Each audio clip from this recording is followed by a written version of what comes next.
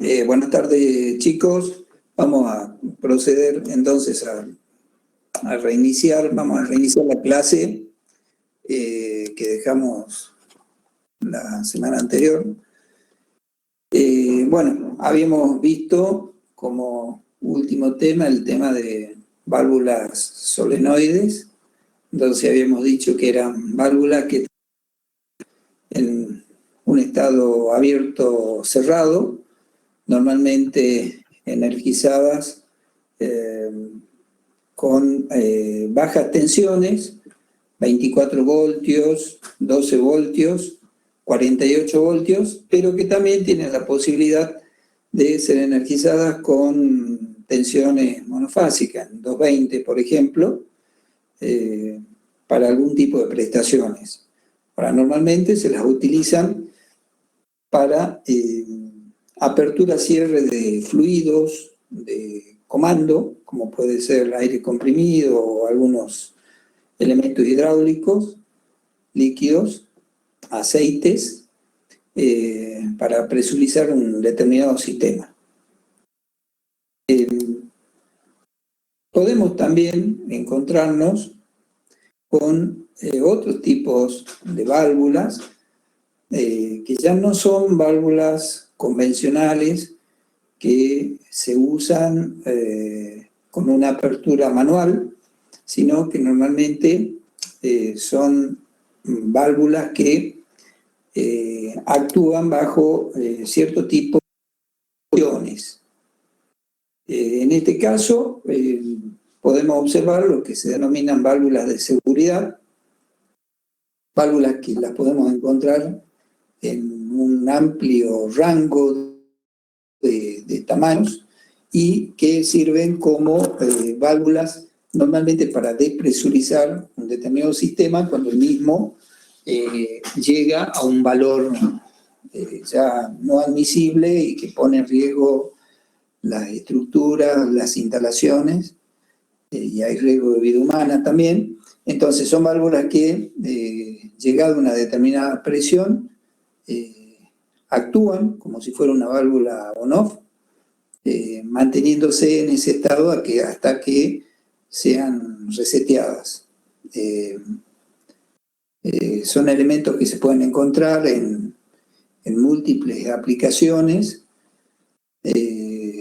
algunas con bajas presiones, como ser, por ejemplo, sistemas hidráulicos, por ejemplo, conducción de agua, en la que cuando se producen ciertas ondas de presión que pueden comprometer la cañería, rompen presión estas válvulas, escupiendo, permitiendo que salga el aire que hay en la cañería y mandando agua hacia afuera. Eso normalmente se llama así, que escupen agua. Hay otro tipo de válvulas que ya sí son más robustas, como las que vemos en la figura, por ejemplo acá, en esta parte, que son válvulas que trabajan normalmente con presiones muy elevadas y que están presentes, por ejemplo, en calderas para descomprimir las mismas ante un excesivo valor de presión. Y hay otras que son un poco más chicas, pero que también cumplen la misma función. Podríamos, por ejemplo, todos creo que alguna vez hemos visto las ollas de presión que se usan para la cocina y que sueltan vapor cuando supera una determinada presión y luego vuelven a cerrar y sigue trabajando. Por ejemplo, esa es una válvula de seguridad o de alivio.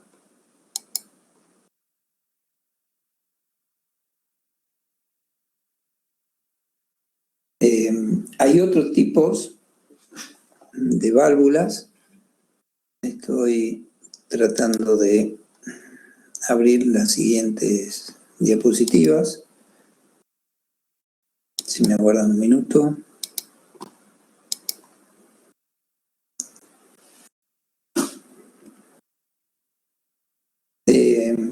Estas válvulas son denominadas válvulas de retención, válvulas que permiten que un determinado fluido pase en un solo sentido. Cuando hay un intento de regresión del sentido de ese fluido, no puede regresar porque se lo impide la válvula.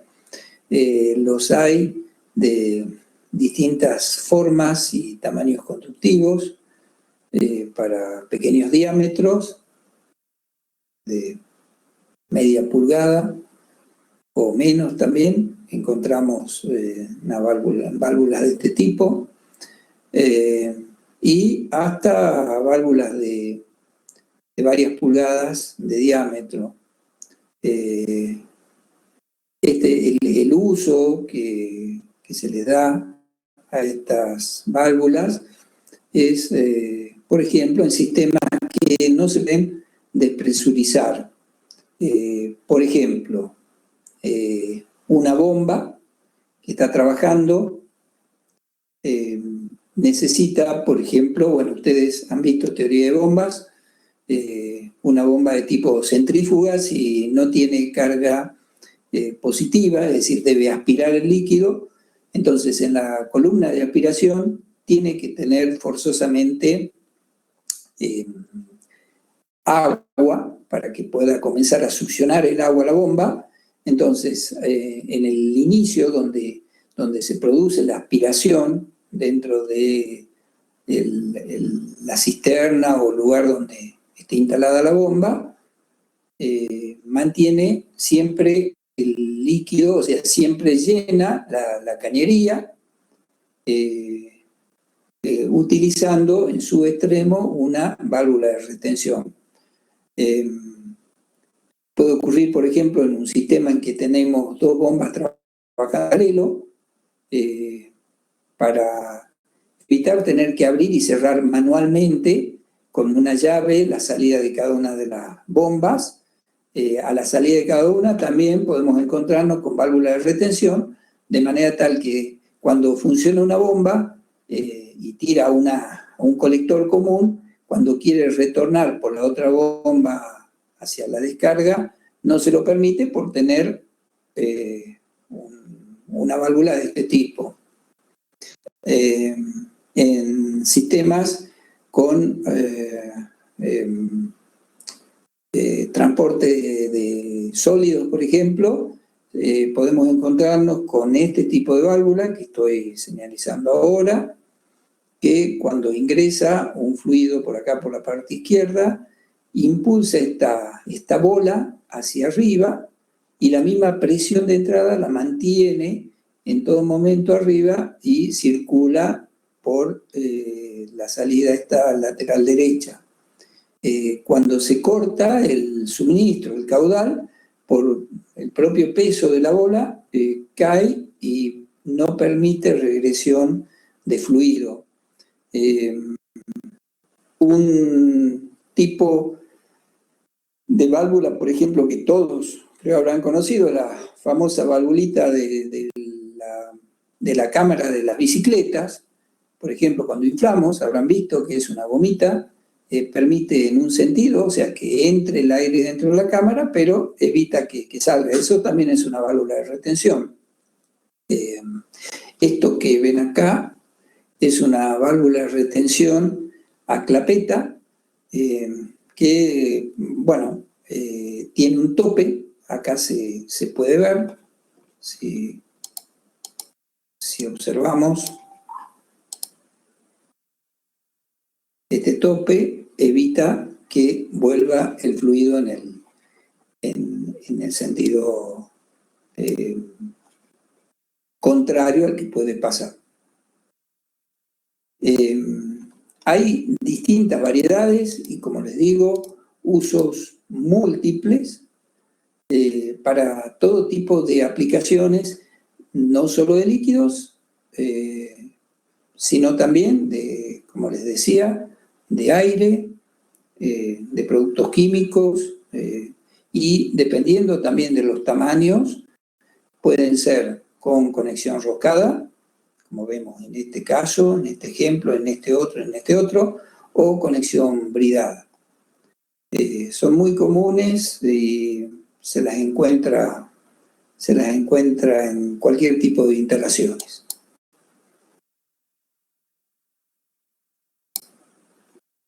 Veamos otro tipo de válvula con la que podemos encontrarnos.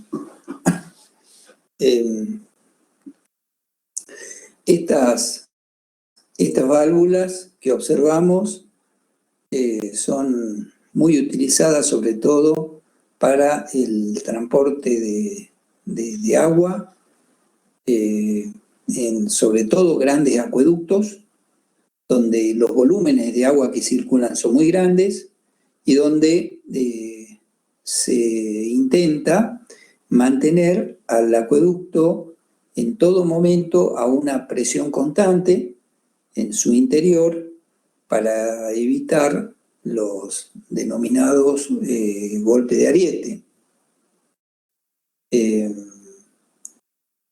Pensemos en un acueducto de un diámetro considerable, puede ser 600 milímetros, 700 o 1 metro de diámetro. Si se produjeran, por ejemplo, rebotes por variaciones de presión en la línea, podría ocasionar roturas importantes en el acueducto que no son sencillas de reparar. Entonces, lo que se hace es, se mantiene normal, o se trata de mantener una presión normal a través de este tipo de válvulas. Estas válvulas, básicamente, lo que tienen es, fíjense, parece una válvula globo, tiene una forma en la que una abertura es obstruida, digamos, a través de este vástago, ¿sí?, que produce por presión de un resorte una contrapresión impidiendo el paso del fluido. Por acción de la propia presión aguas arriba, se puede producir un vencimiento, digamos, de esta fuerza que se está oponiendo a esa circulación, permitiendo la circulación del fluido aguas abajo. Luego, entonces, lo que se hace es intercalando un sistema hidráulico a través de estos elementos que se aprecian acá muy en chiquitito, pero que se denominan válvulas también reguladoras. Esto que ven acá, se produce un equilibrio entre las cámaras aguas arriba y aguas abajo, de forma tal que ese diafragma entre en un estado de equilibrio y manejado, digamos, esa apertura a través de un ajuste logrado con estas válvulas reguladoras.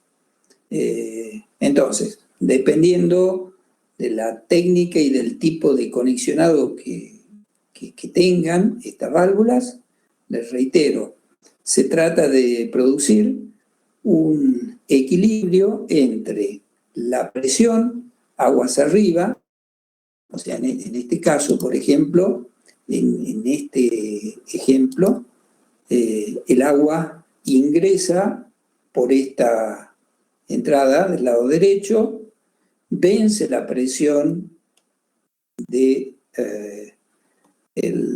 ese cierre que tiene la válvula y sale por el lado izquierdo. Entonces,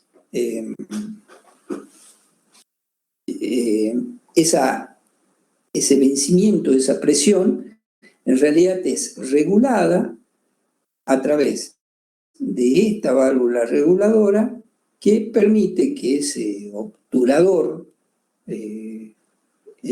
esté semiabierto, permitiendo un paso de un determinado caudal, manteniendo una presión constante. Entonces, ese obturador que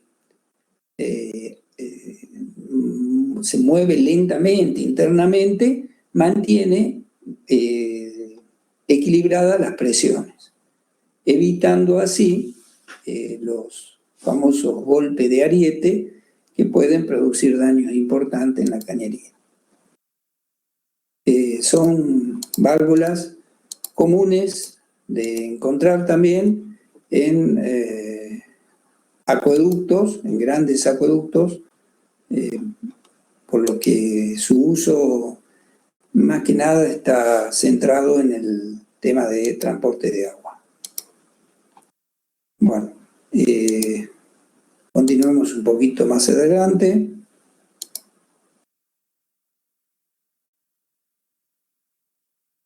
Yo les había comentado que las válvulas podían ser manejadas en forma manual o también en forma remota. Vamos ahora a ver si me permite internet poder abrir las diapositivas. Espérenme un cachito, voy a abrir más diapositivas para poder dar una clase un poco más fluida, no dependiendo de la velocidad de internet, que es lo que está complicando. Bueno, hasta que pueda lograr eso, espérenme un cachito.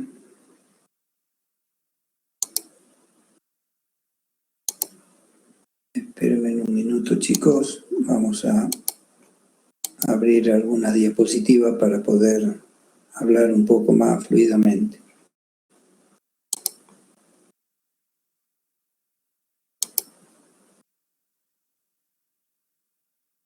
Bueno, hoy internet está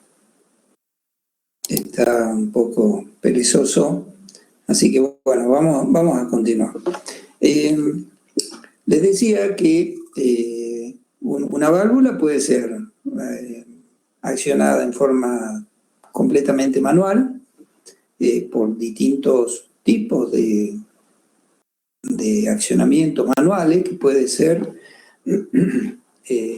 una simple manija que me permite a mí abrir, en el caso de esta válvula mariposa, con un cuarto de vuelta puedo yo moverme y abrir completamente la válvula.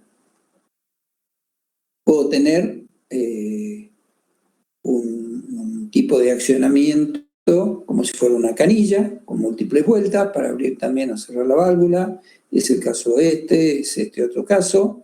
Y también puedo valerme de sistemas reductores, como ser esta cajita que se ve en esta válvula, para accionar válvulas que tal vez en forma manual son bastante complicadas de poder accionar, entonces se lo hace a través de reductores. Esa es una manera, entonces, de abrir, cerrar las válvulas en forma totalmente manual, pero les decía que también tenemos formas de accionarlas a través de movimientos o dispositivos que me permiten manejarlas en forma eléctrica, por ejemplo, o neumática, y son lo que, bueno, un poco ya habíamos mencionado, los denominados actuadores. Estos actuadores podemos encontrarlos como actuadores eléctricos o como actuadores neumáticos. Ambos cumplen una función similar, pero dependen de lo que tengamos como posibilidad para el accionamiento. Es decir, o energía eléctrica, algún tipo de energía o aire comprimido. En particular, si vemos ahora los actuadores neumáticos, los podemos clasificar como de acción directa y de acción inversa, de simple efecto y de doble efecto. ¿Qué significa esto? Los actuadores de acción directa o inversa son aquellos que responden a una señal en forma directa o en forma inversa. Es eso, o sea, ante una señal normalizada de 3 a 15 psi, si un actuador de acción directa, con un incremento de esa señal, el actuador permite a la válvula abrir, y si de acción inversa, hace el efecto contrario. Los de simple efecto y los de doble efecto son aquellos que dependen de cómo están construidos para poderlos maniobrar. Los actuadores de simple efecto producen un cambio, un movimiento, por ejemplo, una apertura de una válvula cuando les ingresa una señal. Si esa señal se quita, ese actuador vuelve a su estado inicial. Es decir, si un actuador que mantiene una válvula normalmente cerrada y es de simple efecto, al darle una señal, que es un 50% de señal, ese actuador va a abrir un 50% la válvula. Cuando le quite esa señal, ese actuador no va a necesitar de ningún tipo de señal adicional para cerrarla a la misma. Es decir, solamente lo que tiene es un resorte que es presionado, digamos, por la señal de aire, y que cuando esa señal se quita, ese resorte tiende a volver internamente, producir un movimiento del vástago para, por ejemplo, cerrar la válvula. Si fuera de doble efecto, el actuador lo que hace es, tiene una doble cámara que, a ver, por ejemplo, pensemos, por ejemplo, que este es un actuador neumático de doble efecto. Ese actuador ya no va a tener un resorte, como en este caso, sino que va a tener esto que se ve acá, es el diafragma, y dos cámaras independientes, una inferior y una superior. Entonces, el movimiento del vástago, que maneja, por supuesto, la apertura, cierre, va a estar posicionado según la cantidad de presión que tenga en la cámara superior y en la cámara inferior. Es decir, dependiendo de cómo vayamos manejando esa relación de presiones, nos va a permitir a este diafragma que baje un poco más o suba un poco más. Eso es lo que denominamos un actuador de doble efecto. Esto que vemos acá, que parece en la forma de una cajita, vamos a ver internamente en las siguientes diapositivas cómo es, pero cumple exactamente la misma función. Si ustedes observan en este dibujito, por ejemplo, se ven acá dos entradas, que eso nos hace pensar, sin ver ninguna característica técnica, que es un actuador de doble efecto, es decir, internamente tiene una doble cámara que hace que esta válvula pueda abrir o cerrar dependiendo de si entra más presión por una de las cámaras o por la otra.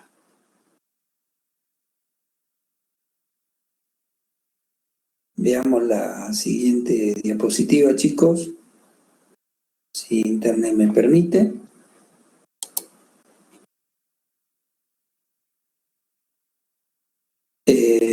Y lo que veíamos como una cajita es lo que acá internamente podemos observar. El caso de un actuador de doble efecto, esto que ven acá son dos émbolos que, si ustedes observan, manejan un tipo de cremallera. Fíjense en que son estriados, unos ejes solidarios a cada uno de estos émbolos, y en este caso lo que hace este actuador es, cuando ambos émbolos son presionados hacia el centro, ¿sí? Se produce entonces el movimiento de este eje en un determinado sentido, puede ser horario o antihorario, depende cómo esté armado, y que cuando se modifica la entrada de aire por el otro extremo, por el otro orificio del actuador, tienden a expandirse estos émbolos, produciendo una inversión en el sentido de giro. Estos actuadores en particular se lo usan con bastante frecuencia, son muy utilizados en válvulas de tipo esféricas o tipo mariposa, que un cuarto de vuelta, o sea que con 90 grados de giro de este eje se produce una apertura o un cierre completo de esas válvulas.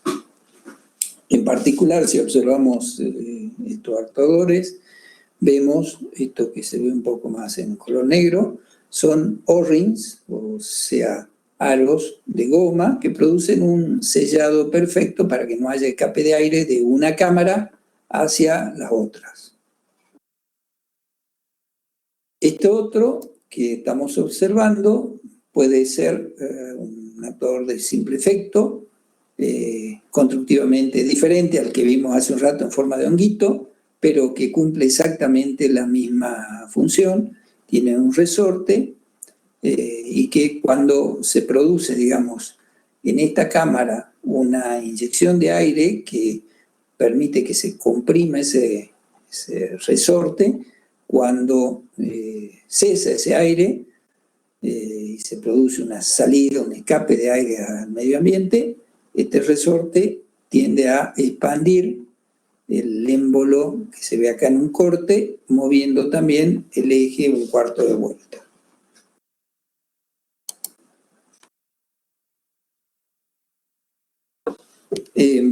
Bien, así como vimos actuadores neumáticos, también tenemos actuadores de tipo eléctrico que, digamos, el objetivo es exactamente el mismo.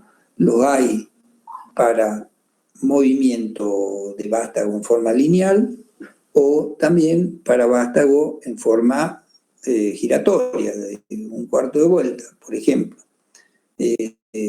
Puede darse también una situación, hay modelos, o sea, lo convencional es eso, vástagos que se desplazan en forma lineal o vástagos en forma giratoria, que por ahí pueden ser más de un cuarto de vuelta, pero que normalmente, bueno, se pueden mezclar ambas acciones.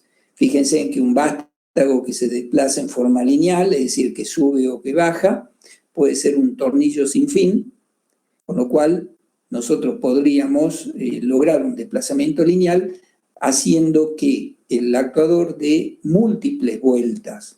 Bueno, para ese tipo de acciones son muy prácticos los actuadores de tipo eléctrico, porque, como ustedes supondrán, al ser eléctricos van de la mano del funcionamiento de un motor. Acá tenemos, por ejemplo, bueno, vistas de distintos tipos de actuadores, que una particularidad, ustedes verán en este tipo de actuadores eléctricos que tenemos volantes.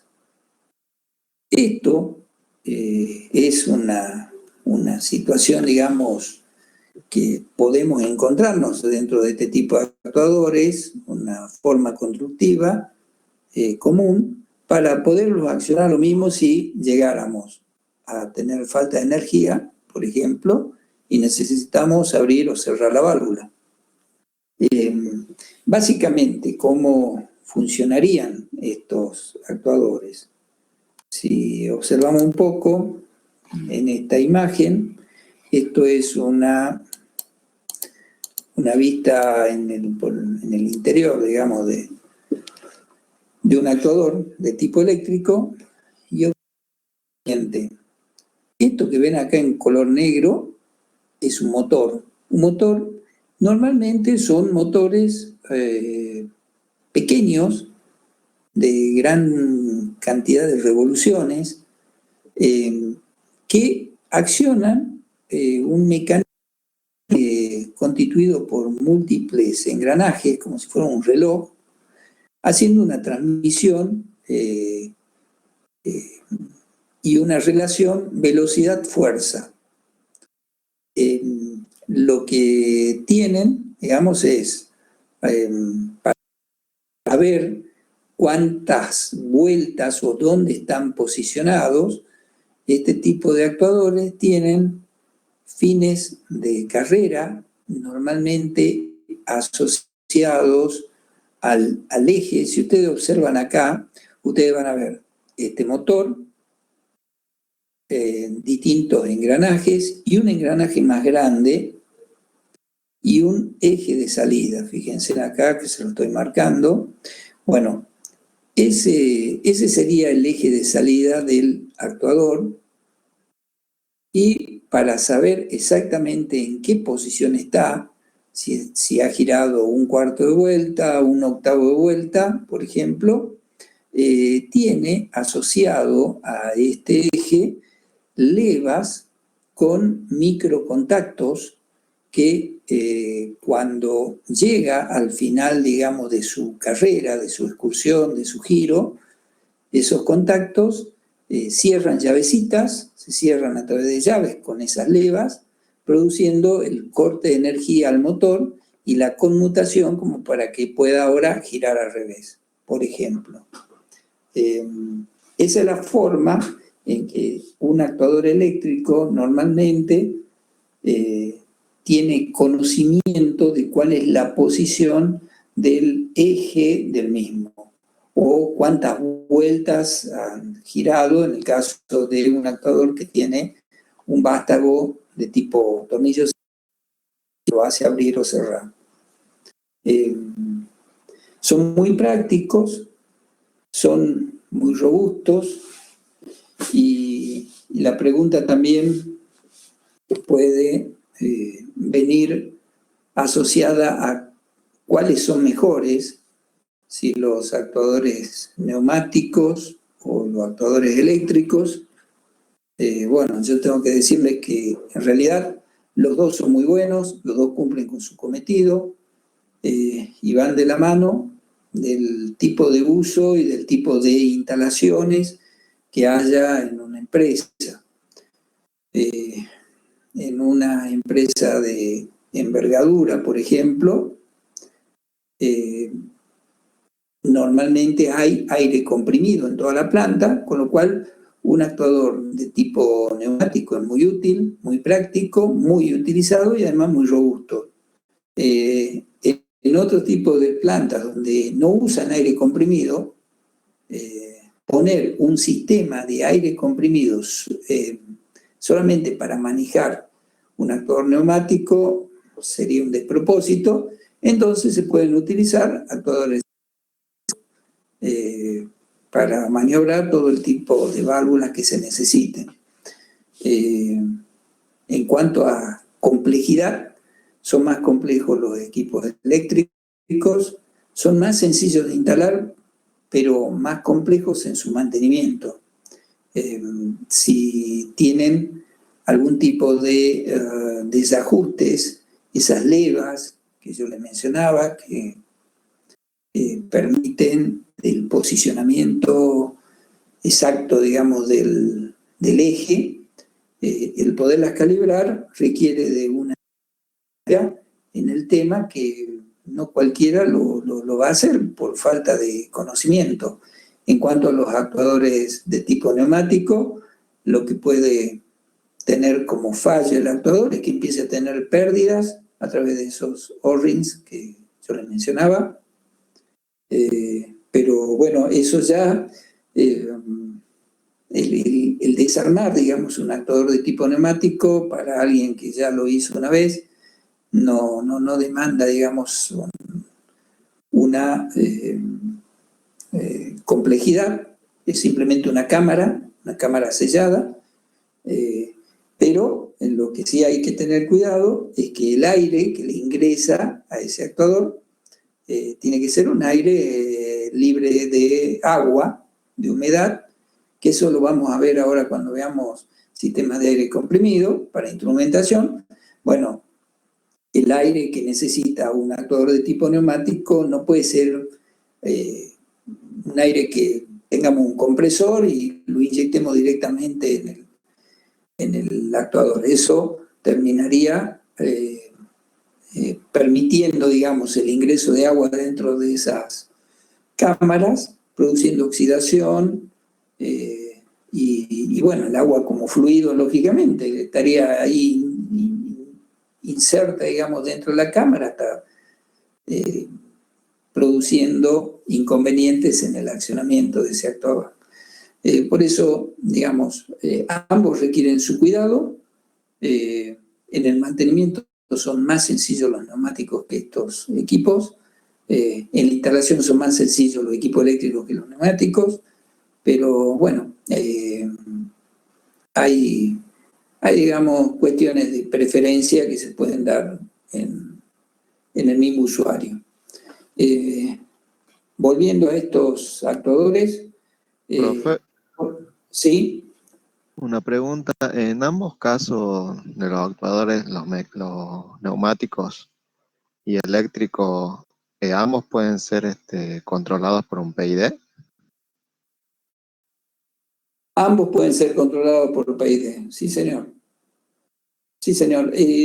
Son más sensibles al control de un PID los actuadores neumáticos más que los eléctricos. Pero ambos pueden ser manejados en forma así totalmente normal por un PID. Hay actuadores también de este tipo, volviendo a estos eléctricos.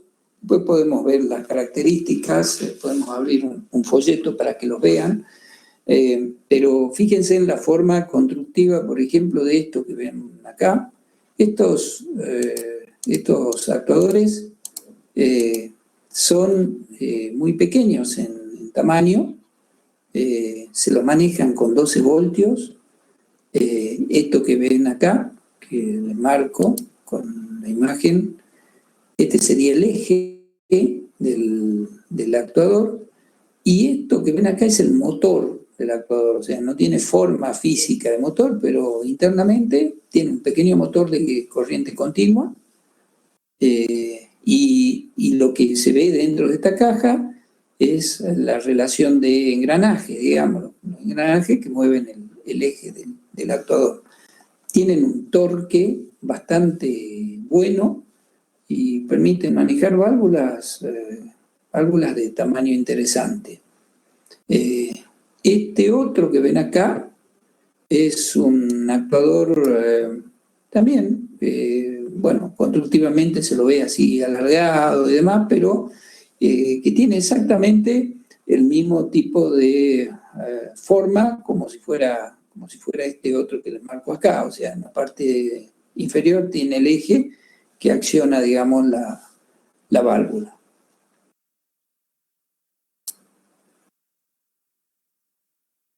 Estoy tratando de ver a ver si me olvidó algo del tema actuadores.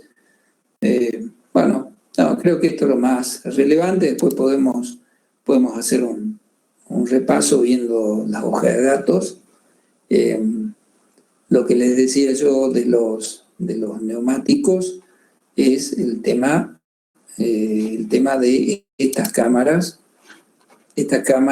internas que se puedan llenar de agua, y el agua como tal es un fluido que tiene un cierto tipo de al comprimirlo, digamos, de resistencia, con lo cual, si les entra agua, se produce, digamos, un funcionamiento errático del actuador. Además, que internamente puede producir con el tiempo oxidación, con lo cual esa oxidación también va a producir en las paredes, por donde están desplazándose estos émbolos, rugosidades que hacen que el actuador no se mueva en una forma continua y suave, sino que en la medida que se vaya metiendo presión, está en una posición y de golpe salta a otra posición. Entonces, estamos quitando precisión al manejo, digamos, en este caso una apertura, cierre de la válvula. Bien, sigamos un poquito más. Espero, a ver, que sea en internet me dé permiso. Bueno, nosotros dentro de lo que sería, bueno, volvamos a una válvula neumática, por ejemplo, dentro de lo que nosotros podemos observar como partes constitutivas de una válvula, físicamente podemos encontrarnos con esta situación, es decir, esto chiquitito es el cuerpo de la válvula, esto es el actuador, en este caso un actuador neumático, y nos encontramos con esta cajita. Esta cajita lo que en realidad representa es el conversor que, si nosotros estamos manejando, por ejemplo, la válvula con una señal eléctrica, nos hace la conversión de corriente a presión, es decir, es un convertidor IP. Ahora, no solamente ese convertidor IP, estoy viendo a ver si podemos observarla, no, en esta imagen no he tomado en cuenta ponérselos, pero además de hacer esa conversión de señal, también se llaman posicionadores, porque van en todo momento censando la posición en la que está el eje, el vástago de la válvula, el que conecta al obturador. ¿Eso de qué manera? A través de una palanca que va asociada en su movimiento al mismo eje. Entonces, en la medida que este eje varía, esa palanquita también se mueve e internamente tiene un movimiento a través de un potenciómetro, por ejemplo. Un potenciómetro es una resistencia variable que varía su valor con el movimiento de un eje. Y eso le da al posicionador una referencia de si la válvula está abierta, cerrada, abierta o medianamente abierta, etc. Entonces, cuando esto se calibra por primera vez, se le da la referencia de cuál es la posición de ese cursor asociado al posicionador con válvula completamente cerrada y con válvula completamente abierta. Entonces, los movimientos intermedios le van a permitir electrónicamente conocer, digamos, al equipo la posición del eje y por consiguiente cuánto está abierta esa válvula. Eso nos sirve para nosotros justamente enviar la señal y que se pueda realimentar el dispositivo como un lazo cerrado de control para informarle al dispositivo que esta válvula, por ejemplo, se tiene que abrir un 5%. Entonces, ¿qué es lo que hace el dispositivo? Cuando le enviamos la señal, por ejemplo, de corriente, para que abra un 50%, hace la conversión en presión y se la manda al diafragma que está internamente instalado aquí. Pero no censa eso, es decir, si censara que con la mitad en la excursión 3 a 15 PSI, en el 50%, esta válvula tendría que abrir un 50%, sería un lazo abierto, no tendría una realimentación. Entonces, su realimentación es la posición del eje, y eso es lo que mira el equipo. Con la posición del eje sabe exactamente que le ha mandado una cantidad de presión de aire suficiente para que abra exactamente un 50%, por ejemplo. En este caso, este posicionador, una imagen, digamos, de frente del mismo, indica, por ejemplo, fíjense, dice POS, o sea, posición, 63,8%. Entonces está enviando una señal en presión de aire equivalente para que, sensando la posición del eje, sepa que está exactamente en ese valor. Esto puede ser no solamente para un movimiento lineal, sino para un movimiento de tipo giratorio. Si lo vemos en este esquema, por ejemplo, fíjense en que acá muestra la válvula con su carrera, apertura y cierre, y esta línea punteada que se ve acá sería la posición del eje de esa válvula que se lo está informando al posicionador. Entonces, este esquema en particular, fíjense, hay una cierta variable que se está midiendo, es transmitida al controlador, el controlador le da una señal a la válvula, ¿sí? Que puede ser neumática, puede ser eléctrica, no importa. En este caso nos muestra como si fuera una señal totalmente neumática. Este es el aire de suministro para que en función de la señal que envía el controlador mande una determinada señal a la válvula, y la referencia de este posicionador es ese pequeño brazo que está conectado internamente, o que está conectado a través de el vástago con un elemento de referencia interno de este equipo. Yo les había hablado de un posicionador electrónico, con lo cual el potenciómetro, pero puede ser un posicionador totalmente neumático que la posición del vástago de la válvula hace que se mueva, no sé, a través de un diafragma, a través de una pequeña válvula que deje pasar una mayor o menor cantidad interna acá de aire para informarle la posición. Internamente, por ejemplo, un equipo electrónico nos podemos encontrar, fíjense acá, en esta cajita se ve algo algo raro. Esto es la electrónica del equipo, y internamente, se produce una determinada función a través de relés neumáticos o lo que fuera, para convertir la señal eléctrica en una señal neumática. Fíjense en estos orificios acá, permiten el ingreso de aire, y estas cajas que se ven acá son, podríamos decir, un tipo de transductores eléctricos neumáticos para dejar pasar más o menos aire si fuera una válvula neumática. Esto que se ve acá es también un poco podemos encontrarnos con posicionadores que, en vez de tener este tipo de indicación electrónica, que hoy por hoy en realidad es algo muy común, que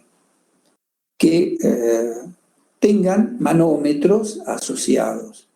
Entonces, uno de los manómetros me indica la presión de entrada, o sea, presión de alimentación de aire, el otro presión de salida, y este otro una presión, en este caso que es totalmente neumático, de referencia de cuánto aire, cuánta presión de aire está ingresando al posicionador para referenciar la posición del vástago de la válvula. ¿Alguna pregunta, chicos, sobre esto?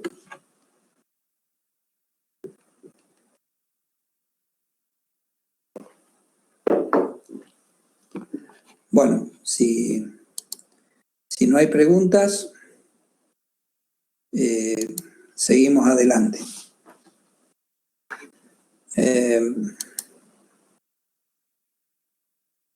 Vamos un poquito más, entonces, si San Internet me permite.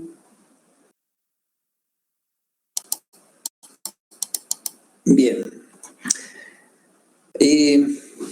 Hasta ahora nosotros hemos visto distintos tipos constructivos y,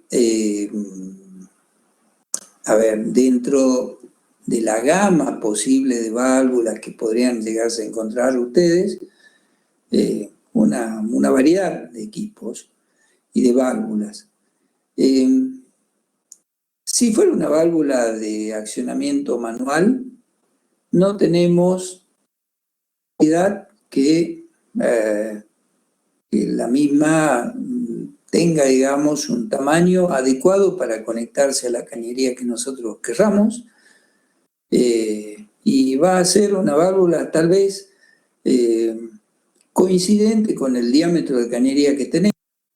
Pediremos, dependiendo del tipo de válvula que necesitemos, pero que no lo vamos a usar como una válvula para regular nada, o sea, como válvula de control. Es decir, no va a formar parte de un lazo cerrado de control. A lo sumo, podremos abrirlo un poquito más, un poquito menos y referenciar a lo mejor el estado, un cierto estado o condición de funcionamiento del sistema, nada más. Pero va a ser completamente manual. Que le demos 15 vueltas, que le demos 3 vueltas, o que la subamos un poco, que la cerremos un cuarto o un octavo, no va a depender más que lo que nosotros consideremos. El tema acá viene cuando nosotros queremos hacer un sistema ya de control, un sistema de lazo cerrado. Necesitamos armar el lazo que ya todos conocemos, que un controlador maneja la válvula como un elemento final de control. Para eso se utilizan técnicas de selección de válvulas, de dimensionamiento de las mismas, y que van a depender también de condiciones que podamos encontrarnos en el proceso. En todas ellas, vamos a ver que finalmente vamos a terminar necesitando llegar a conocer un valor que la referencia, da una referencia de la válvula que nosotros vamos a necesitar, y que es el coeficiente K sub B o el coeficiente C sub B. Ambos coeficientes son equivalentes, varían en su valor numérico, simplemente porque uno hace referencia a normas americanas y el otro hace referencia no a normas, sino a dimensionamiento americano con unidades americanas y otro con unidades europeas, nada más que eso. El coeficiente K sub B se define como el caudal de agua que en metros cúbicos ahora una temperatura determinada, que normalmente es una temperatura de 20 grados, que pasa a través de la válvula a una cierta apertura y con una pérdida constante de un bar. El coeficiente C sub B tiene la misma definición, pero expresada en caudal en galones USA por minuto a una temperatura en grados Fahrenheit de 60 grados y con una pérdida de carga de un PSI.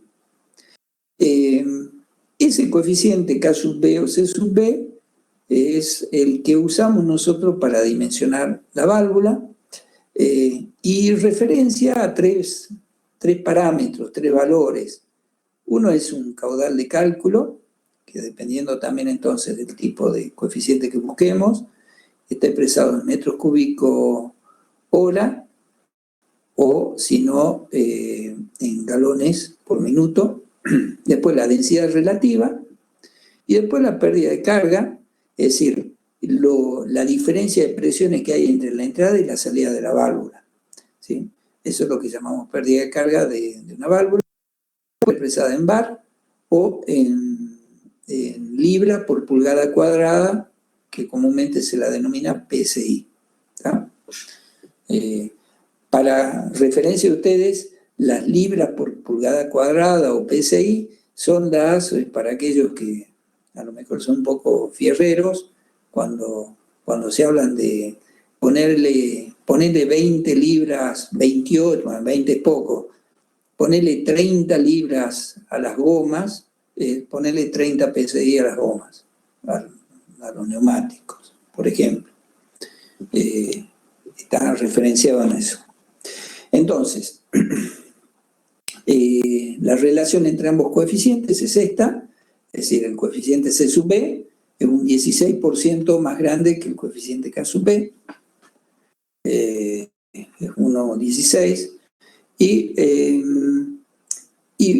¿Y por qué es importante tener en la mano esta referencia? Porque por ahí podemos encontrarnos con situaciones en que tenemos datos en un tipo de unidad o en otra, pero que al momento que vayamos a seleccionar la válvula, la selección de la válvula, este coeficiente que vamos a ver, un pequeño ejemplo, está o referenciado como C sub B o K sub B. Entonces, si tenemos C sub B y encontramos información en términos de K sub B, lo único que hacemos es multiplicar 16 y ya tenemos el valor de K sub B. Esto que se ve acá, el caudal de cálculo, en realidad es cuando nosotros vamos a calcular este K sub B, el caudal que vamos a aplicar, supongamos, decimos, bueno, un cierto caudal con nominal de 20 metros cúbicos, 10 metros cúbicos por hora, ¿sí? El caudal de cálculo es un caudal que se pone, es decir, lo ajustamos un poquito por encima, ¿sí? Que si el caudal al que hacemos referencia lo conocemos, le podemos dar un 15% más, o si tenemos una cierta aproximación, creemos, ¿sí? Le damos un 50% más. Esto, yo lo cito, está en términos así, si ustedes referencian a Creus como literatura para ver esto, van a ver que Creus habla de estos valores. No, yo como tal respeto lo que dice Creus, porque realmente es para muchos el manual de referencia de instrumentación, pero bueno, va de la mano también de la experiencia de cada uno, y a los fines un poco de hacer ejercitación y demás, se puede tomar un caudal, el caudal que será como dato, o lo pueden aumentar un poco más, pero digamos, es importante que sepan que está, pero tampoco es una situación sí o sí que tenga que ser así. Esto va de la mano de la experiencia. ¿Alguna pregunta, chicos?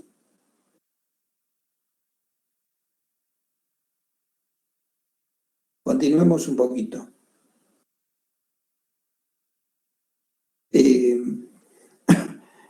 Lo habíamos mencionado más temprano, ¿no? En unas clases anteriores, pero habíamos hablado de la rangeabilidad de un instrumento, en particular una rangeabilidad de una válvula, ¿sí?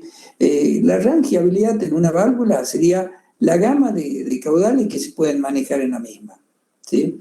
Normalmente, o sea, una válvula la podemos manejar hasta un 100% de apertura, pero tal vez en caudales menores haya cierto tipo de caudal, ciertos valores dentro del tamaño de la válvula o dentro del tipo constructivo de la misma que no sea difícil de calcular.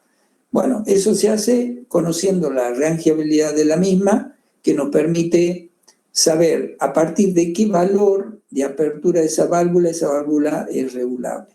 En el caso de una válvula ISO porcentaje 50:1, la vamos a poder manejar. Ya habíamos hablado de ese ejemplo, de estos ejemplos, entre un 2% un 100% de la válvula, una válvula de una rangeabilidad de 30:1, entre un 3 3,3% al 100% y así. Bueno, esto es definición simplemente, pero básicamente es eso, es la gama de caudales regulables. ¿Alguna consulta? Bien. No, profe, disculpe, que pasa que Bueno, se desconecta y lo vuelvo a conectar de nuevo. perfecto.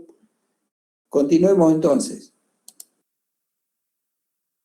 Un ejemplo, por ejemplo, del cálculo de este coeficiente K sub B. Por ejemplo, pensemos, calcular el K sub B de una válvula que controla caudal de agua teniendo los siguientes datos. Caudal máximo, 120.000 litros por hora. Esto equivale a 120 metros cúbicos por hora. Un delta P, la caída de presión que maneja la válvula, de 5 bar, y la densidad de 0,9. Entonces, aplicamos la fórmula, podemos afectarla por un 10%, no recuerdo yo en este ejemplo en cuánto la afecté, pero podemos afectar el caudal de cálculo y lo multiplicamos, raíz cuadrada de la densidad y el delta P, y así calculamos el K sub B y podemos también conocer el C sub B. Tan sencillo como eso, no hay mayor complejidad.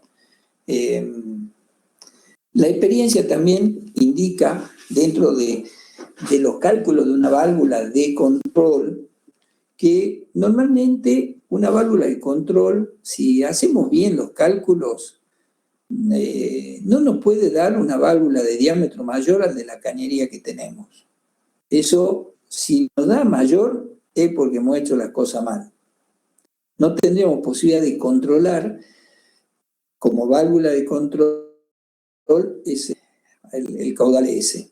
Normalmente la experiencia dice que la válvula siempre puede llegar a ser un diámetro más chico, un valor más chico que el diámetro de cañería que nos toque instalarla. Digamos, esto a ojo de buen cubero.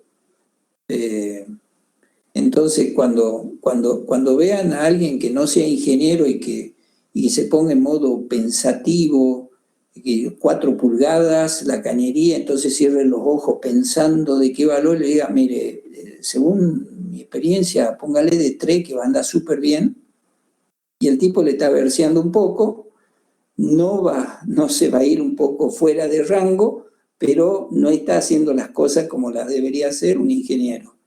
Calcular el K sub B como norma de aplicación le tiene que dar, puede llegar a dar un valor igual, pero ahí está al ras de lo que ustedes necesitarían para como cálculo de la misma. Norma de aplicación, ¿sí? Simplemente eso.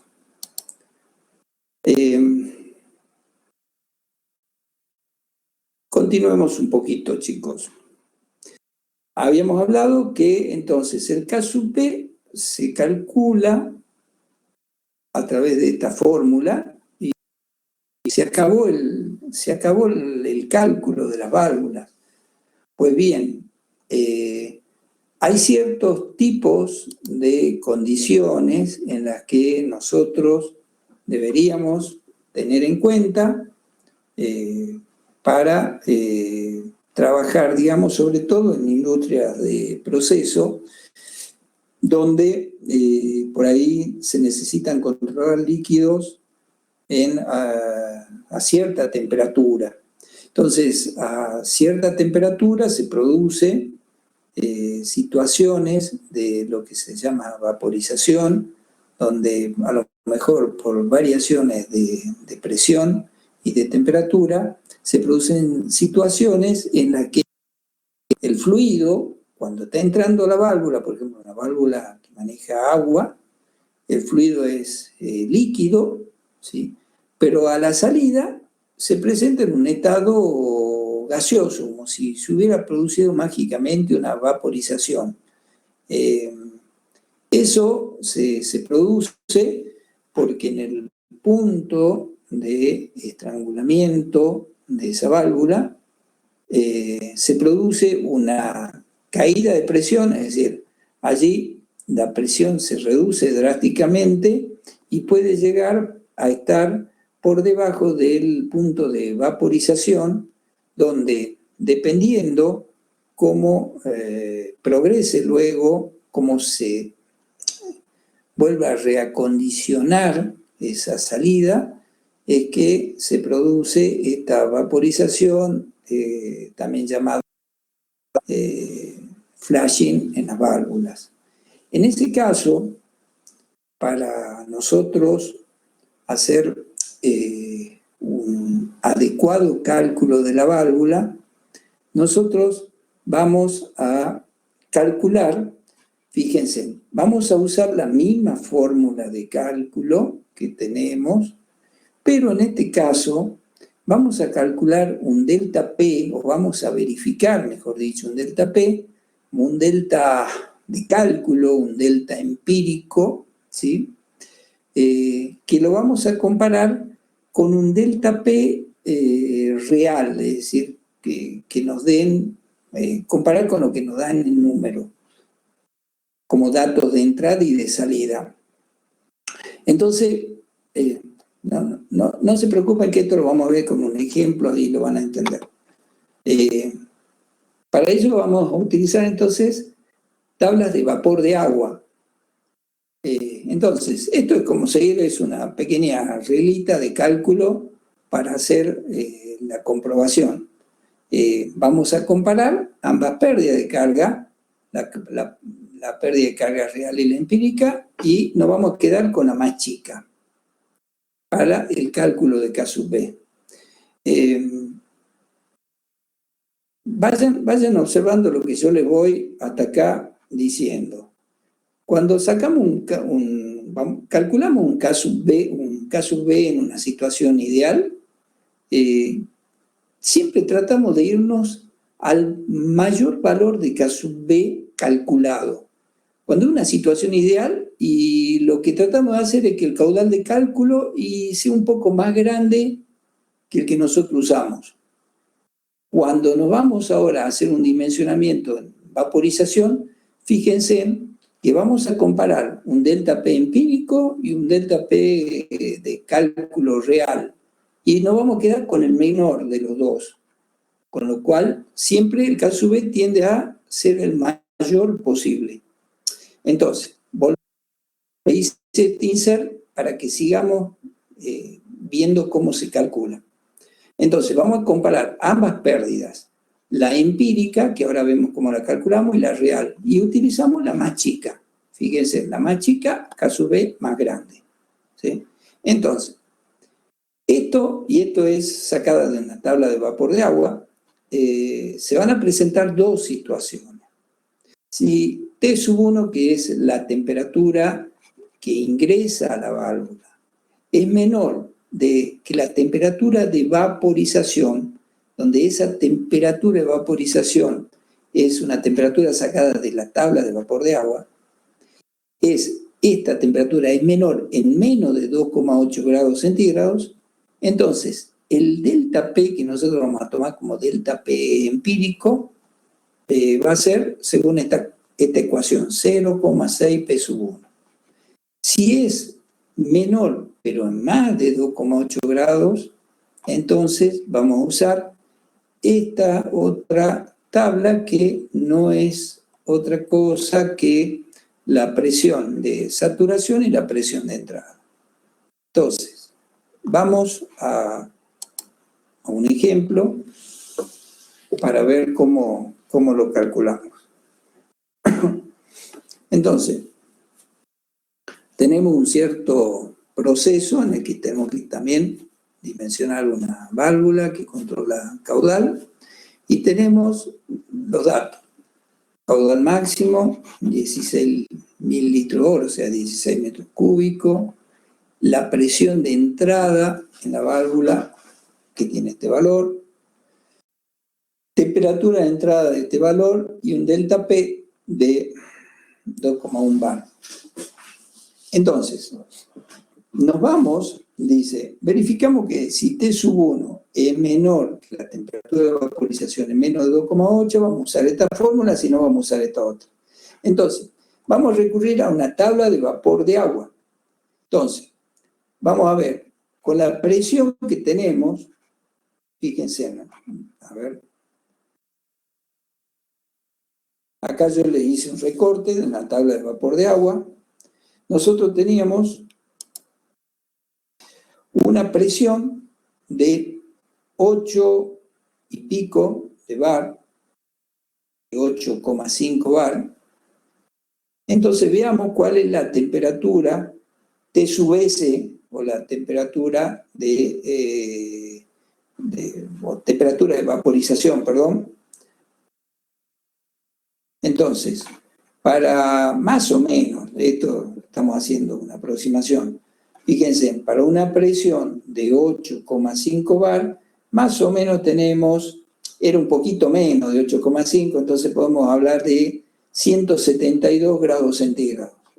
Entonces, nos vamos al cálculo, hemos sacado de la tabla para esta presión, esta es la temperatura.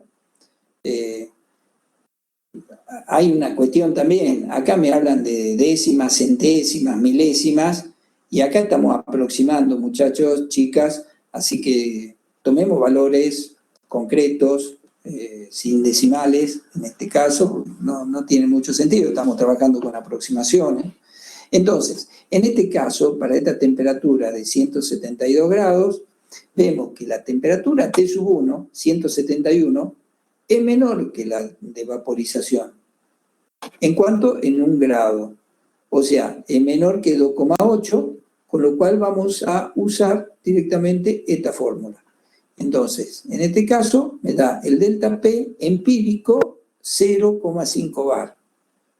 Fíjense en que el delta P real es de 2,1 bar. Con lo cual, usamos el más chico. ¿Cuál? 0,5 bar. Entonces nos vamos a la tan mentada fórmula, ponemos acá 0,5, un caudal de cálculo que lo podemos agrandar un poquito más, la densidad que la conocemos, 1, por ejemplo, y de ahí calculamos K sub B 33, C sub B, 1,16 K sub B. Si no hubiéramos hecho eso, fíjense en que nos hubiera dado un K sub B más chico. Fíjense, si nos hubiéramos obviado todo esto, el delta P que hubiéramos usado es 2,1 bar, igual que en el ejemplo anterior, y sacamos un K sub B que nos va a dar un valor más chico. Bueno, ahora veamos ese K sub B, ¿qué significaría? A ver si lo tengo acá. Fíjense, por ejemplo, que con ese K sub B queremos seleccionar, no vamos a hacer ahora la selección, pero para mostrarle cómo sería la mecánica, nosotros querríamos seleccionar una válvula de tipo mariposa y que buscando en un folleto encontramos valores de K sub B y apertura de disco. Entonces, acá, fíjense, no hemos hablado de diámetro de cañería ni nada. Con el valor de K sub B que nosotros hemos encontrado, a ver, 33,9, ¿sí? Teóricamente,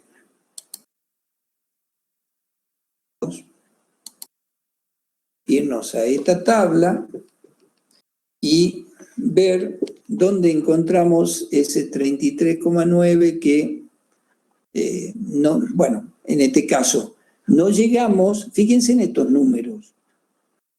Estos números que se ven acá me vinculan tamaño del diámetro de una válvula con la apertura del disco de la misma. Entonces, con ese ejercicio que yo tomé, yo no lo relacioné con esta tabla, pero después se la voy a buscar para que podamos hacer una buena referencia.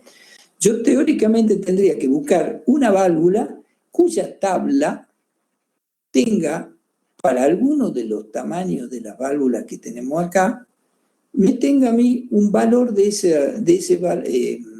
un parámetro, un valor numérico que esté comprendido acá adentro. Es decir, por ejemplo, volvamos un momento acá, que estén estos 34, el número este de 34 de K sub B. Entonces, supongamos que yo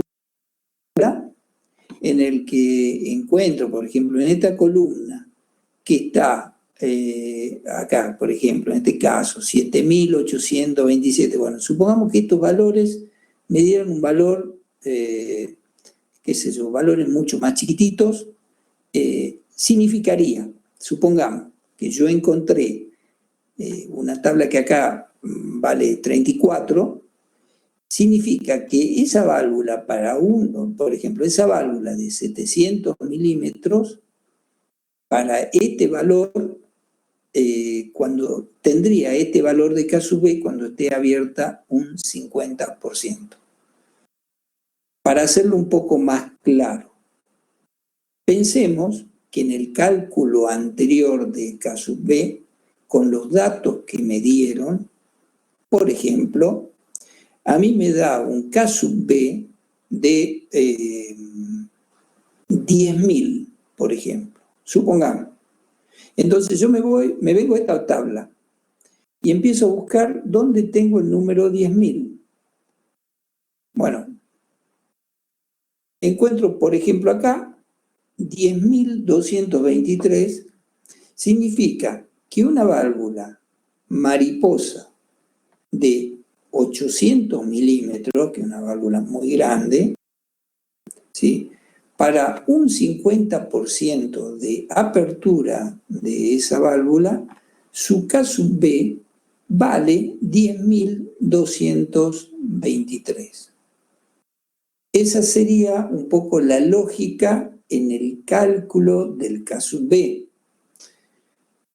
Ustedes a lo mejor puedan preguntarse cómo entonces, pero ¿cuál sería entonces el sentido? ¿Cómo? A ver, supongamos, este 10.000 que yo calculé, supongamos con el K sub B que hicimos el ejercicio, y puedo encontrar otros valores también representativos de ese 10.000. Supongamos, acá más o menos estamos cerca, en esta de 1.000 también estamos más o menos cerca acá, en esta de 1.100 y más o menos por acá, en esta otra y estamos en una de 700, estamos acá. Entonces, ¿qué nos significaría? En realidad, chicos, para hacer un cálculo adecuado de una válvula, se calcula un valor de K sub B mínimo y un valor de K sub B máximo, con condiciones que la podemos ver fíjense, vamos a la fórmula esta. Pensemos que nosotros tenemos una variación de caudales que nosotros queremos controlar desde un cierto caudal mínimo hasta un cierto caudal máximo, ¿sí? Es lo que nosotros necesitamos regular dentro de nuestro proceso. Es eso, que un caudal varíe de tal valor a tal valor. Por ejemplo, no sé, de 20 metros cúbicos a 80 metros cúbicos. Eso es lo que nosotros necesitamos calcular, que la válvula me pueda regular dentro de esos valores. Entonces, si yo quiero regular, no sé, que la válvula esté manejando 50 metros cúbicos, la válvula que yo encuentre, que yo dimensione, caiga dentro de los valores mínimos y máximos que yo necesito. Entonces, hagamos un supuesto. Vamos nuevamente a esta tablita. Entonces, yo calculo un K sub B mínimo y un K sub B máximo. Normalmente en la selección de una válvula, el K sub B mínimo que yo calculo me tiene que permitir más o menos manejar o caer dentro del 30, 25, 30% de apertura de la válvula, el K sub B mínimo. El K sub B me tiene que aproximadamente caer en un 70% de apertura de la válvula.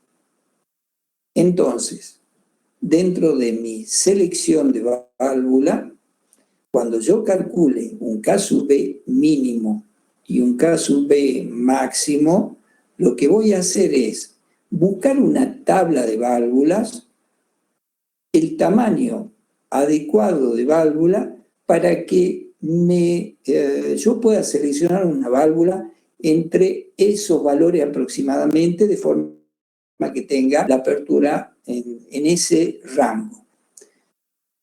Ejemplo, utilizando esta tabla, pensando que en nuestros cálculos terminamos llegando a esta tabla. Por ejemplo, veamos acá, qué sé yo, supongamos acá para un 25% una válvula de 800, supongamos, tiene este valor, 2897. Entonces, vamos a anotarlo. Supongamos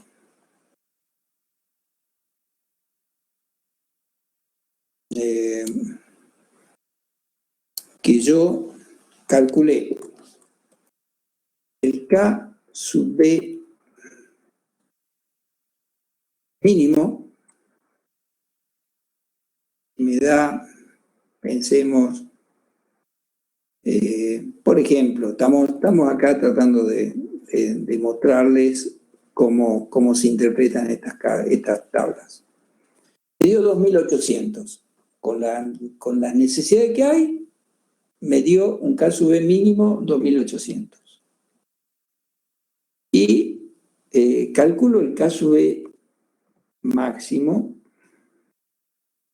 y, por ejemplo, me da, supongamos, 16.000. Esos son los dos valores que yo calculé como K sub B mínimo y K sub B máximo. Entonces, empiezo a buscar la válvula adecuada para el uso que yo necesito y termino llegando a la tabla de selección de este tipo de válvula, porque es la que a mí me interesa, pero del tamaño adecuado también que yo voy a necesitar. Entonces, dentro de esta tabla yo empiezo a buscar, bueno, yo he adecuado estos números para que más o menos podamos encontrar un valor, y encuentro, por ejemplo, que esta válvula con un 25% tiene 2.897. O sea, que tiene un valor medianamente cercano al KB mínimo que yo he calculado.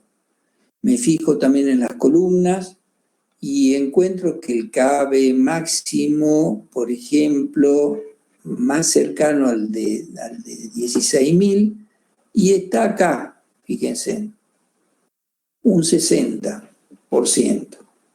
Bueno, yo, teniendo esos valores, yo puedo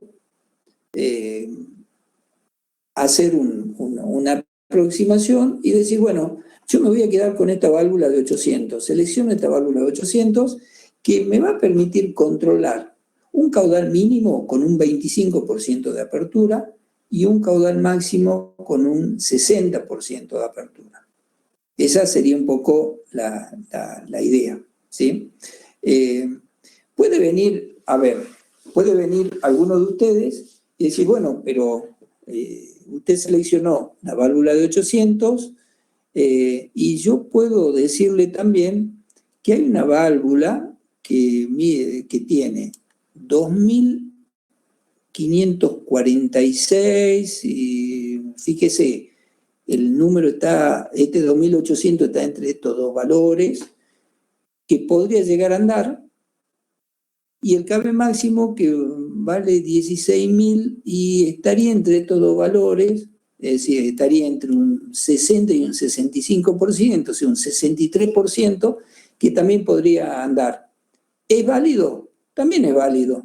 O sea, esta válvula en realidad va a manejarse entre un, no sé, habría que hacer una interpolación, pero entre un 27% y un 63%. ¿Puede andar? Puede andar.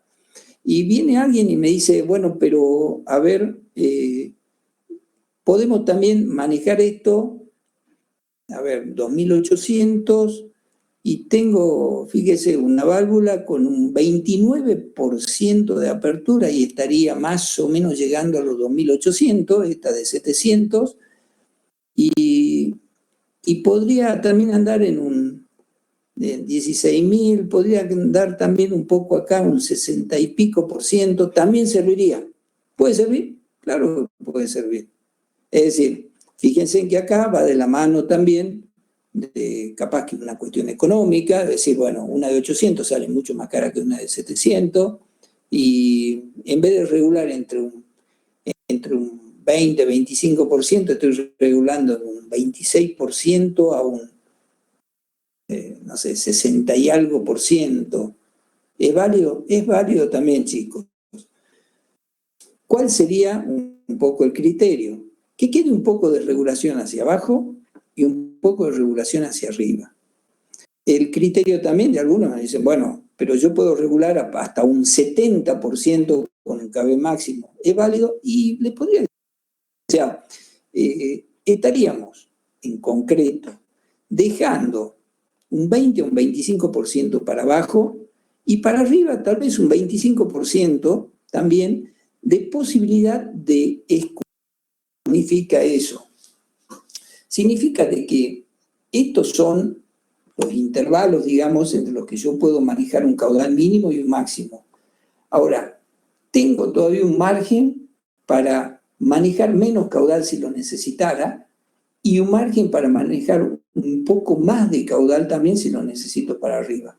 Por eso que se trabaja dentro de porcentajes de apertura, caudales mínimo y máximo, dejando un cierto margen tanto para arriba como para abajo. O sea, un poco posibilidad de controlar un caudal menor todavía y posibilidad de controlar un caudal todavía mayor.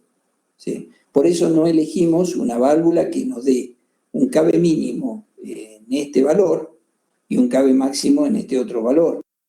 Que no podríamos tener posibilidad de hacer una regulación ni para arriba ni para abajo, porque la válvula ya está completamente cerrada o completamente abierta. No hay posibilidad de manejar más apertura ni más cierre. ¿Se entendió este tema, chicos?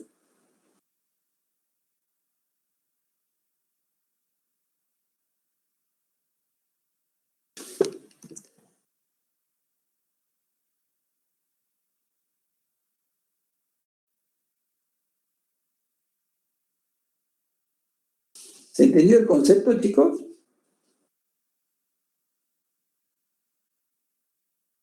Bien. Bueno, ¿continuamos un poco más o quieren que lo terminemos la clase que viene? Díganme cómo están.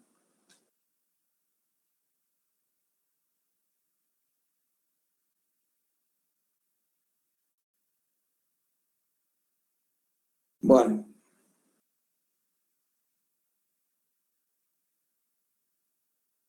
Bueno, seguimos un poquito más entonces, chicos. Si están todos de acuerdo, vamos para adelante. Entonces, vale decir, entonces, que el K sub B que calculamos,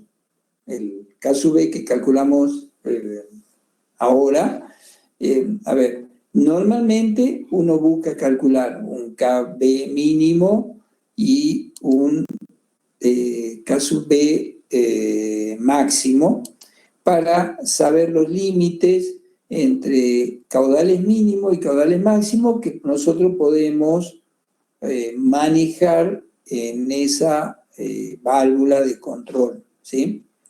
En un ejemplo como lo que vimos recién, que hacíamos un solo cálculo de K sub B, por ejemplo, cuando tenemos un solo cálculo de K sub B, tomamos que ese K sub B para la selección de la válvula es con una válvula un 50% abierta, ¿sí? O sea, no lo tomamos ni como un K sub B mínimo ni como un K sub B máximo, un K sub B intermedio. Entonces, supongamos que este K sub B me hubiera dado, pensemos un número, 7.000, por ejemplo. Entonces, bueno, me voy a buscar el catálogo que me interesa y busco la válvula en cuestión. A ver, para un 50% y estoy, qué sé yo, esta, la más chica, y estoy más o menos o con una de 700 o con una de 750 que está en un 45% de apertura, más o menos, ¿sí? Pero básicamente cuando se da un solo K sub B, que calculamos un único K sub B, es para un 50% de apertura de esa válvula. Es para estar en el medio de la excursión, ¿tá? Entonces, sigamos un poquito más, chicos. Entonces, veamos qué se entiende, porque es muy común hablar también de que una válvula cavite. Lo habíamos recién mencionado, que la válvula en realidad es un orificio de área variable, donde se produce una estrangulación. Entonces, por principio de conservación de la energía, cuando se produce esa estrangulación, para mantener un caudal constante que pasa a través de ese orificio que ahora se ha estrangulado, se produce también un aumento de velocidades a través de ese orificio y también una disminución de presiones. Entonces, en ese punto de estrangulación se produce lo que es el punto de vena contracta y se produce una depresión que, como habíamos dicho, cuando es menor a la presión de vapor, se producen burbujas que implosionan y cuando recupera presión, esas burbujas, si superan el valor de la presión de vapor, vuelven estallan esas burbujas. Esas implosiones que se producen pueden deteriorar seriamente los obturadores. Fíjense acá unas fotografías de cómo quedan marcados estos obturadores con el tiempo se produce una situación así y puede dañar también la cañería. Es decir, hay situaciones, digamos, que se tratan de ver para producir el menor daño posible.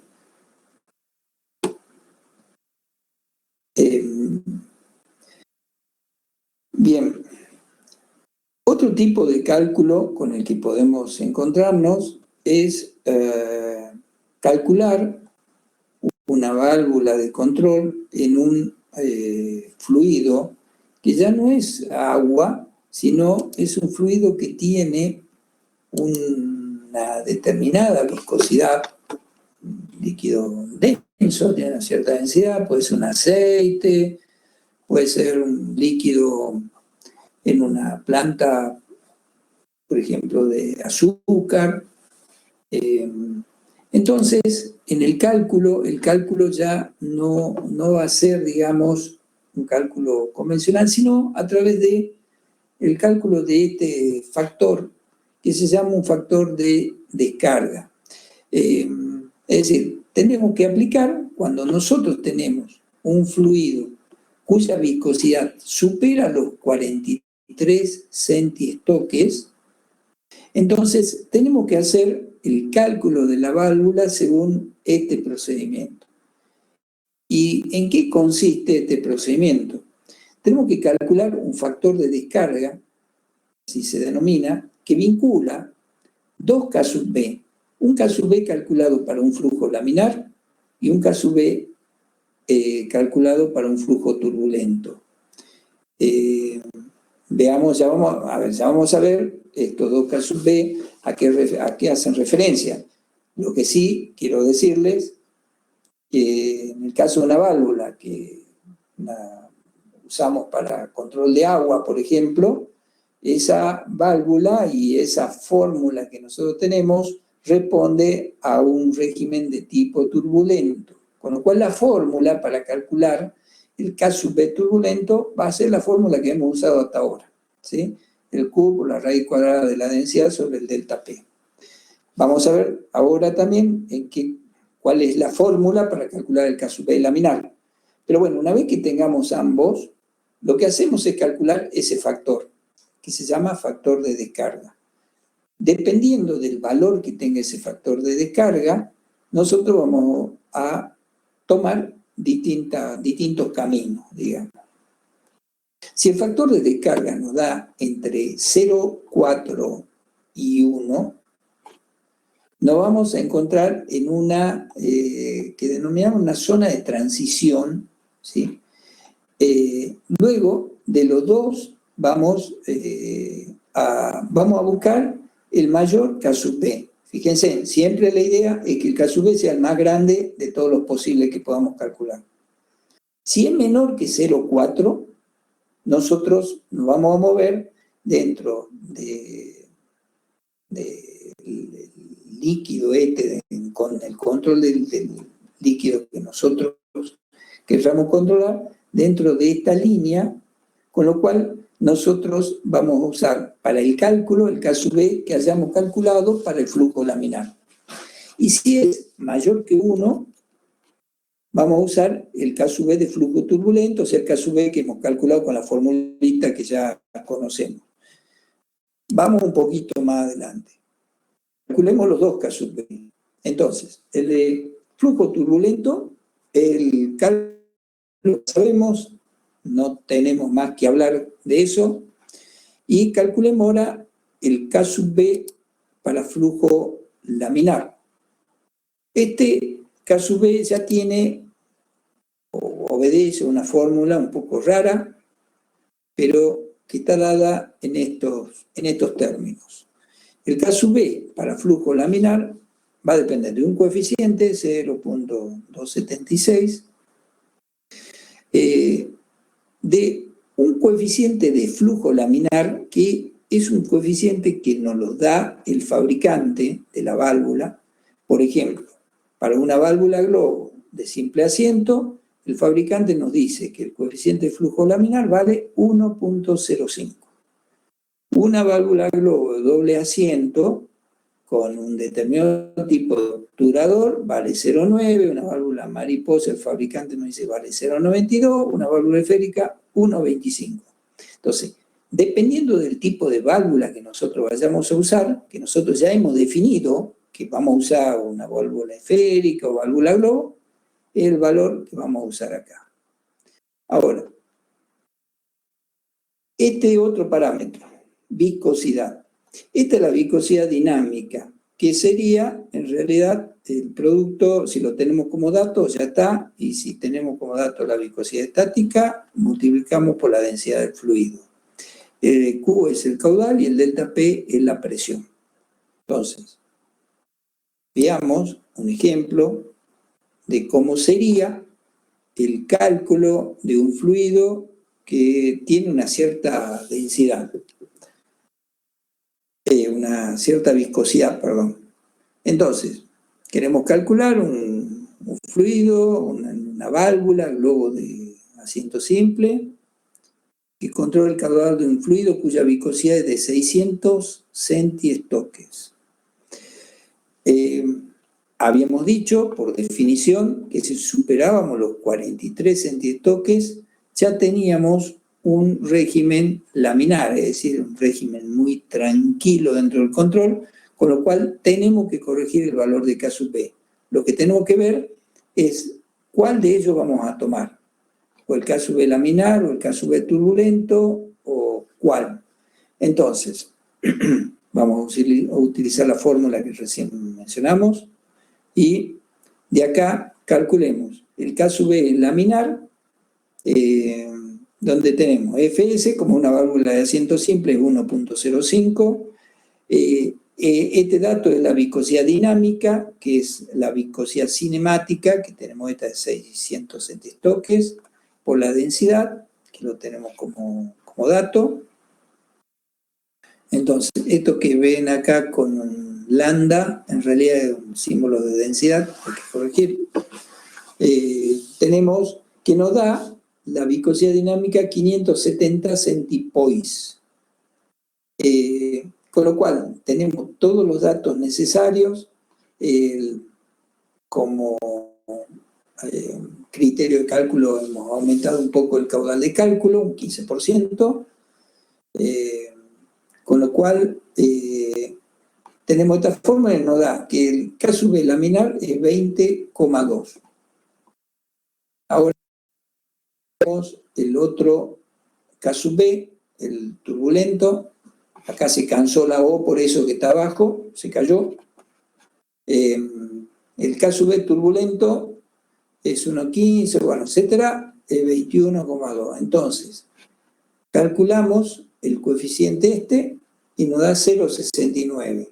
Como está entre 0,4 y 1, busco el K sub B mayor, que es el que había calculado como K sub B turbulento, y con ese K sub B me voy al cálculo de la válvula. Y selecciono la válvula como les había mencionado hace un momento. Otra situación, a ver, que nos podemos encontrar, es que tengamos que dimensionar una válvula para controlar vapor. Entonces, lo que vamos a hacer es calcular un K sub B donde referenciamos un valor de caudal en kilogramos hora, o sea, un caudal másico, según esta fórmula, donde tenemos esto, bueno, es el caudal que nosotros tenemos en metro cúbico hora por 1000 sobre B sub S, donde B sub S es el volumen específico promedio de ese vapor que estamos queriendo calcular, y donde ese valor específico, volumen específico promedio, es la suma promediada, ¿no es cierto?, del volumen a la presión P sub 1 y el volumen a la presión P sub 2. Entonces, con esos datos, o sea, esto lo tenemos como dato, tenemos los volúmenes de entrada y salida, utilizamos la fórmula, esta W de cálculo por 1, bueno, más 0,3, etcétera, donde C es la temperatura de recalentamiento, y simplemente aplicamos la fórmula, no hay otra modalidad, ¿sí? Acá lo que tenemos que tener cuidado, que el delta P, si es mayor que la mitad de la presión de entrada, para el cálculo vamos a tomar el delta P igual a P sub 1 sobre 2. Y si es menor, vamos a tomar el delta P. O sea, en una palabra, para este delta P, vamos a buscar el que sea más chico de todos para que el K sub B nos dé el más grande de todos. O sea, volvemos a la reglita de buscar siempre tener el mayor K sub B posible. Veamos un ejemplo. Calcular el K sub B de una válvula que controla caudal de vapor recalentado de agua, teniendo los siguientes datos. Caudal máximo, 18.000 kilogramos hora, o sea, 18 toneladas por hora, un delta P en la válvula, la presión de entrada, la presión de salida, y la temperatura de recalentamiento. Entonces, la fórmula es, bueno, hacemos la comparación, o sea, calculamos el delta P lo tenemos, solamente lo tenemos que pasar a PCI, nada más, que acá yo les hice la traducción de atmósferas a PCI, o sea, perdón, no a PCI. A PCI es esto, y esto es bar, Bueno, y hacemos la diferencia, el delta P, 27,6 bar menos 18,5 nos da 9,1 PSI. Y ahora, la presión de entrada de IO2 me da 13,5 PSI. Entonces, busco, para poner acá, el más chiquito entre este y este, que es 9,1, y ese es el que vamos a usar. Bueno, con eso aplicamos 10%, como para darle un valor un poco más grande al caudal másico de entrada. Tenemos ambas presiones y con eso calculamos el K sub B y nos vamos nuevamente a una selección de la válvula correspondiente. No es más complicado que eso. Veremos si que la válvula que vayamos a usar sea una válvula adecuada para el tipo de fluido que también vayamos a utilizar. Vamos a ver en la clase que viene, chicos, cómo podemos dimensionar una válvula con un K sub B mínimo, un K sub B máximo, y cómo a partir de eso podemos también llegar y a dimensionar un actuador con el torque necesario para manejar esa válvula. No sé si hay alguna pregunta sobre lo que hemos visto.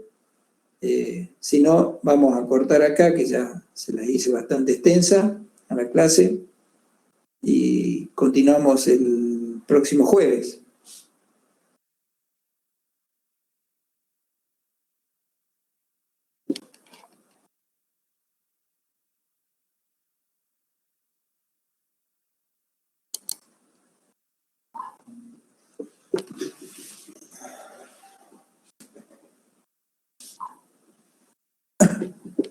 Bueno, volvamos, Marcia, a ver del caudal másico.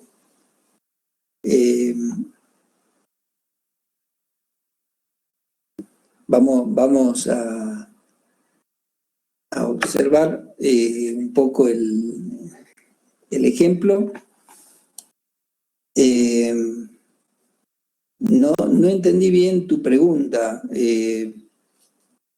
El caudal, a ver, ¿por qué modifico el caudal máximo? El caudal másico máximo, ¿por qué lo modifico? Simplemente por una cuestión de dimensionamiento, así como un caudal volumétrico, yo lo afectaba por un coeficiente para tener un caudal de cálculo, siempre con vistas a tener un K sub B lo más grandecito posible, y según criterio de cálculo, simplemente en este ejemplo le aplico un 10% más en el cálculo para tener un caudal de cálculo un poco mayor. Simplemente eso. Fíjense, como les había indicado hace un momento, que para cualquiera de las fórmulas del cálculo del coeficiente K sub B, buscamos si el valor, por ejemplo, del delta P es un valor variable, podemos buscar minimizar lo más que podamos el mismo, y de igual manera, si nosotros podemos aumentar un poco también el caudal de cálculo, ¿cómo? Para tener nosotros un margen dentro de lo que va a significar la regulación de esa válvula. Simplemente es el concepto por el que aplicamos un coeficiente de reserva. No sé si con eso, Marcia, respondí tu pregunta.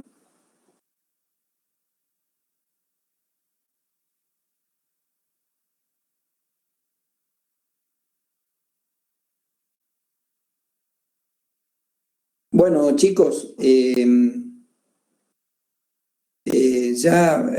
bueno, estamos terminando la clase. Vamos a continuar el próximo jueves a las 17:30. vamos a continuar con la clase siguiente, vamos a ver un ejemplo de cálculo de válvula y vamos a hablar un poco también y ver un poco lo que es información técnica de las mismas. Bueno, muchas gracias por la atención y estamos entonces en contacto. Gracias. Sí. Tenía una consulta respecto al trabajo práctico que hay que entregar. Sí. Mañana, bueno, en la mayoría de los puntos pide explicar el sistema de control. Sí. Y yo le quería preguntar ¿qué tipo de detalle, qué tipo de explicación requiere, digamos? La explicación fundamentalmente que me cuenten cómo funciona, cómo funciona lo que les muestro que está allí, nada más, ¿sí? Que ustedes puedan analizarlo. He buscado sistemas físicos, cosas, esto no está en los libros, lo agarré de internet buscando, para que ustedes se acostumbren a analizar y cómo podrían ustedes llevarlo o aplicar lo que hasta ahora hemos podido ir viendo, para que ustedes se acostumbren a buscar información y de cómo podrían, ¿no es cierto?, modificar algo que a lo mejor siempre se ha hecho de esa manera y ustedes buscar algo innovativo, en este caso asociándolo a un controlador PID moderno, por ejemplo.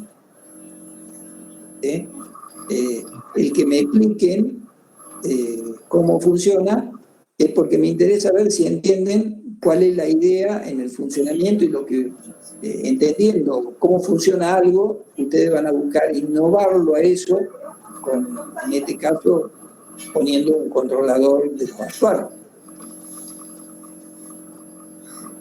Ok, entonces, por ejemplo, simplemente, no sé, el medidor de nivel envía una señal al controlador y el controlador activa.